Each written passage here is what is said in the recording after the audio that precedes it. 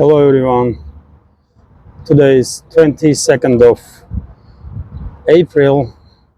Now it's 2:30, middle of the day by Moscow time, and this is second news update for our Patreon and Boosty communities. Although I will publish first part of this update on YouTube and Rumble also as a sort of advertising for my Patreon and Boosty pages, and there is quite a number of interesting news updates that Russian media is paying attention to, and so let's go through this news now.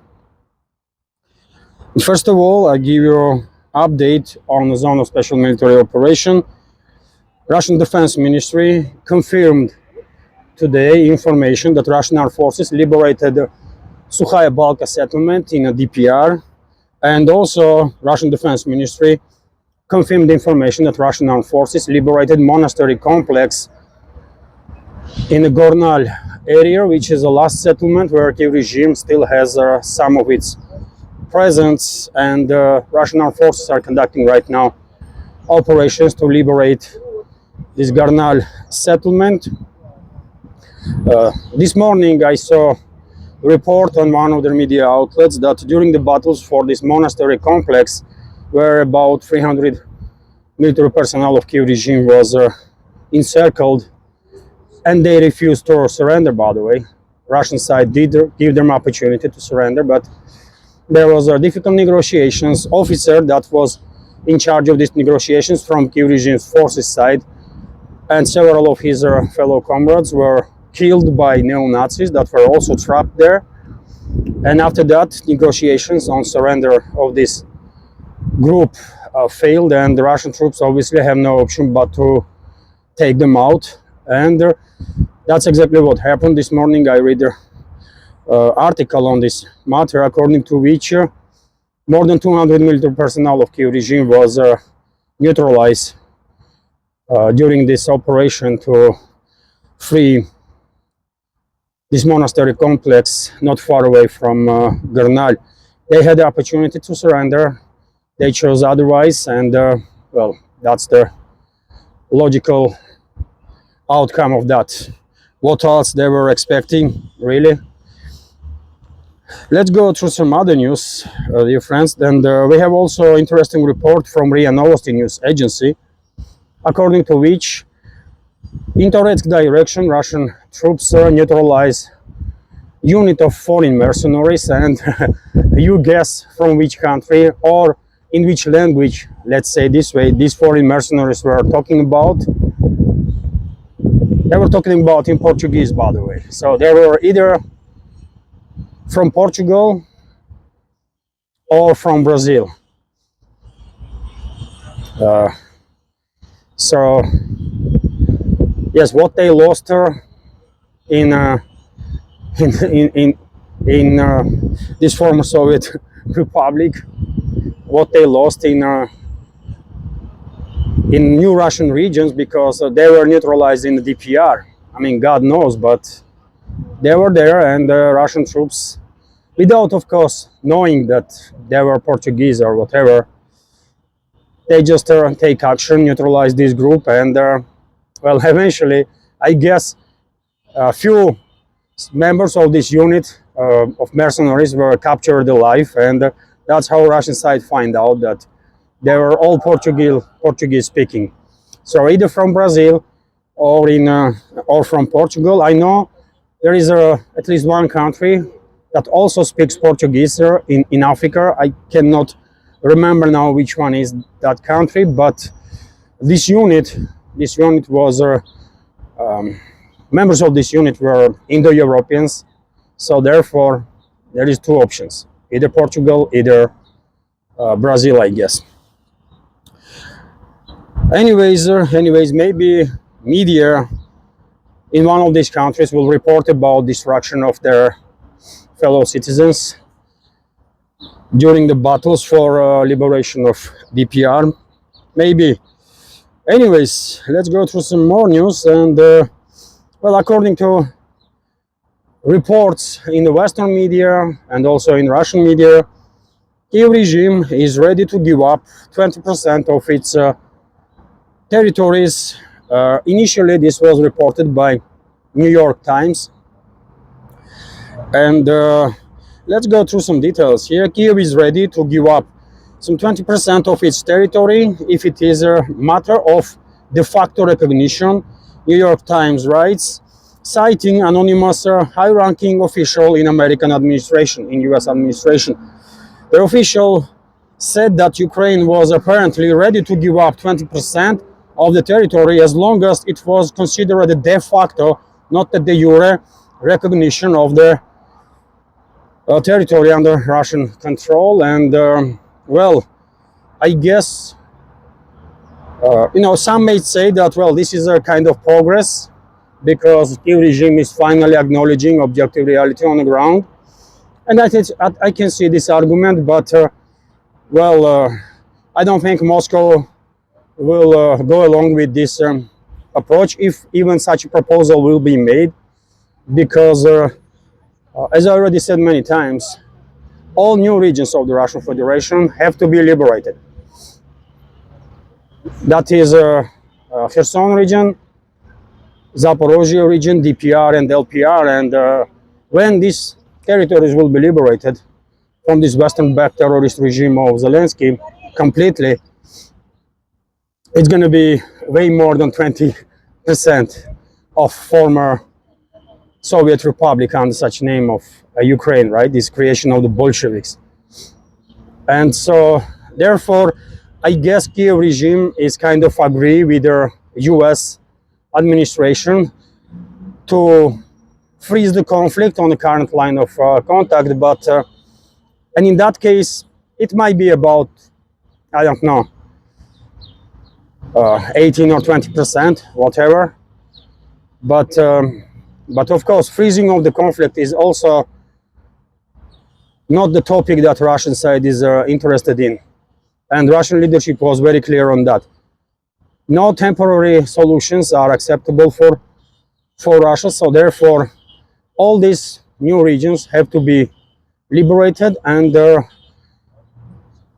after that, if Kyiv regime will withdraw its forces right now, then some meaningful talks might take place, but eventually, obviously, not just Kyiv but international community have to recognize Russian jurisdiction over these new regions, all of it. I think this will be principal position of the Moscow, understandably so.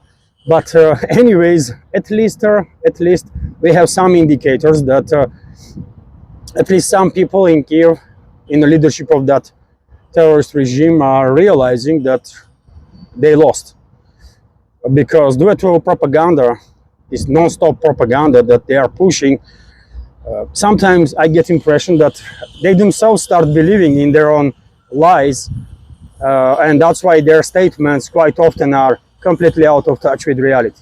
But in this particular case, well, at least some indicators that some of the people there in Kyiv may actually understand something. But this is not all, dear friends, when it comes to Ukrainian crisis.